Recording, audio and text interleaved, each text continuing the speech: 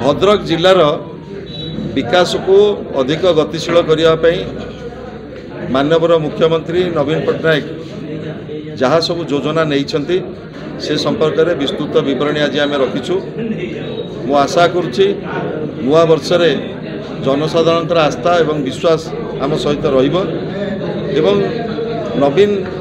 आमर जो स्वास्थ्य कार्ड जो एक्सटेंशन होती किभली भाव में ताकू सैचुरेट करूँ एवं जड़े योग्य हिताधिकारी जो भाई भाव में बाद न पड़ती से पदक्षेप एवं विशेषकर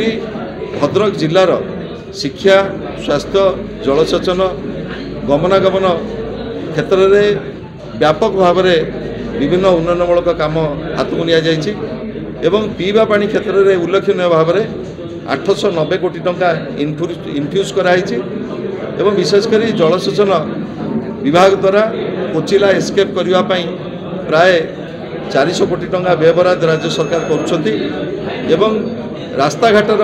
उन्नति करने पूर्त विभाग द्वारा 100 कोटी टंका एवं ग्राम्योन्नयन विभाग द्वारा 150 कोटी टंका एवं नवीन ओडिशा माध्यम ग्राम्य भित्तिभूमि की सुदृढ़ करने प्रत्येक पंचायत को 50 लाख टंका व्यवस्था करा जायछि। मु आशा करुच्ची भद्रक जिलार सामग्रिक विकास रे विजु जनता दलर जो रही उद्यम रही आपण मैंने निजे अनुभव करुवे। मु आशा करुच्ची आपण मानकर नुआ वर्ष रे आपण मानकर सहयोग आम सहित रही।